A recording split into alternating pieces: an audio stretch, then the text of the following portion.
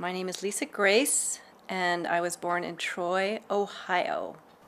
I'm Linda Sebanius, and I was born in Troy, Ohio. La, la, la, la, la, la, la, la, la.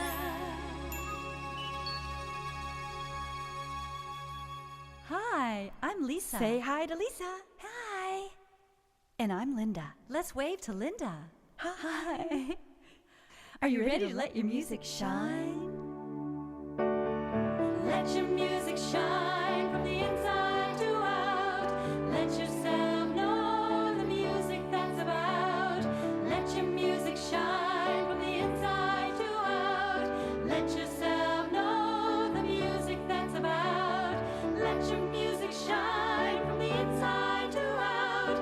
Let yourself know the music that's about. Let your music shine from the inside to out. Let yourself know the music that's about.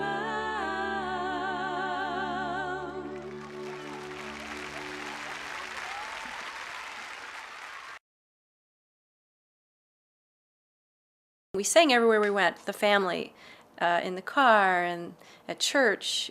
Music was just an accepted part of our life. It was just part of what we did together as a family. We don't remember when we weren't singing together. We felt that we had been gifted with being twins, and there was a purpose to that. There was a spiritual calling to do something greater than ourselves. Yeah. The church was a very safe and caring place for us to make mistakes. Mm-hmm. And so we could come back afterwards, and they were accepting. They were always so kind. It was lovely. Yeah, right. Lovely, we knew they were. wonderful. We knew they didn't know. And most of them were partially deaf, but it didn't matter. No, we heard what we needed to hear. Started out doing spiritual music, New Age composition, especially from Linda's writing, and somehow that grew towards children's music because we were having our children, and we started doing children's shows locally, and that grew. We said, we need a theme song, we need a song, and so this Let Your Music Shine was developed from that, and we added the harmonies, and we made it sort of our signature piece. Shine, we felt, was a really good word. Light, shine, it was just all one and the same. God, light, shine. And so that was just a phrase that we used in this work, and we did a lot of hospice benefits. Our mother died of cancer, and so we toured around the country a bit singing about letting your spirit shine in honor of her. We did a bunch of those. And so the children's work, it became Let Your Music Shine. And the sign language was a natural outcome of the song itself. Kids like to move. That sent us off in a whole new orbit into children's work, which also feels like we're called. We feel inspired and called to do this work because that's what we're called. That's what we're meant to do.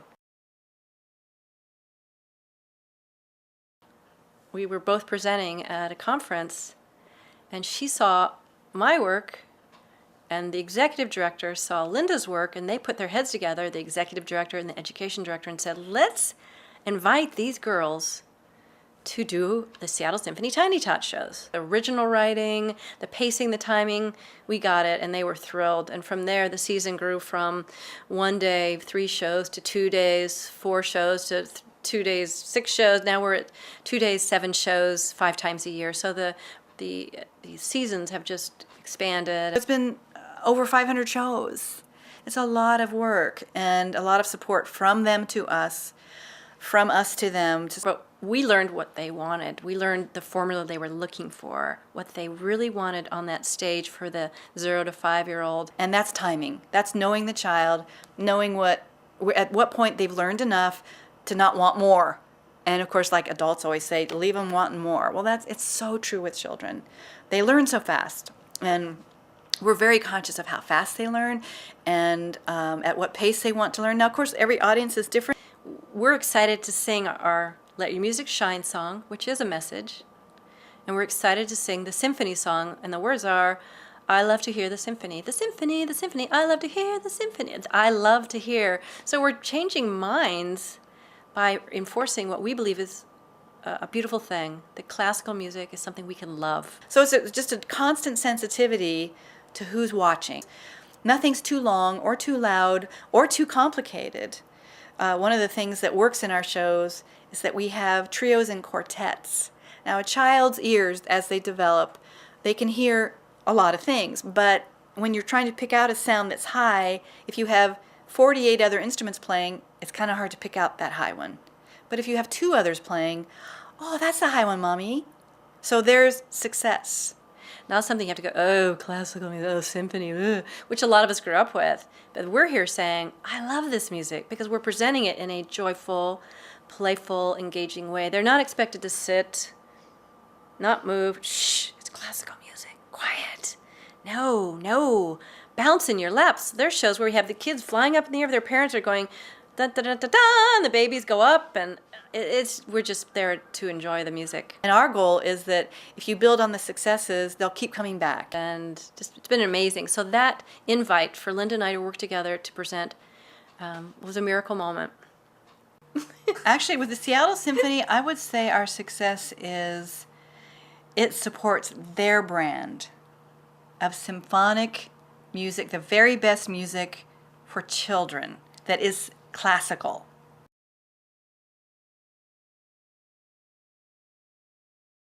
It's very spiritual for us, and I think people know that we love them because they are beautiful, and not because we want something from them, or it's not about money. It's not. We really are there because we love what we do. As children, hopefully they just have a lot of fun. You know, we never lose. Lisa and I never lose that grasp of fun. We're totally dedicated to early childhood music education, so it's joyful, playful, full of energy, and that children are made to shine forth with their music. When I come back, they can't wait for the next one. I mean, it's really that simple. They can't wait for the next one. We had someone today say, we can't wait to see you for Gallop and Go. But before we go on, we just take that little moment and say, fill us with all the love we can so we can go out there and not just teach or jump around or play something, but actually connect with those children and their parents. I'm watching the kids and the youngest ones possible because they fascinate me. Today we had a front row of 4-month-olds, and this little boy, it had to be his first one. In fact, I think they raised their hand, but he was bright-eyed, wide open. Did you see him kick into the beat? Oh, kick into the Right on beat. Right He 4 months old. We are dedicated to inspiring the unlimited potential of every child through music. There's a heart connection we have that communicates to the audience the love we share for each other, the love we share, the way we love. Well, and we're not really performing. We're not pretending to Right. enjoy what we do, Right. or to do a song This is because it's genuine It's the real affection. Yeah. Yeah. So It's real. yeah, it's Yeah. real. Still, it's so exciting to see. It's like the best part of humanity is those innocent little beings that all they want to do is what comes naturally, and that's just enjoy music. We're doing this because we love it. We're committed to it. This is our life's work. And, number one, I feel grateful we found our life's work.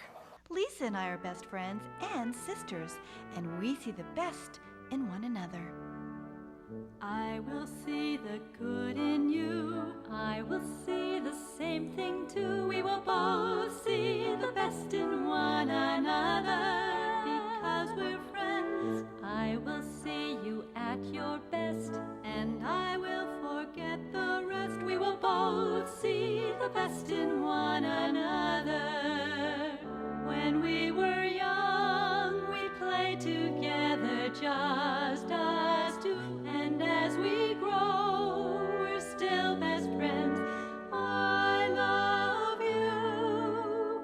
I will see the good in you. I will see the same thing too. We will both see the best in one another.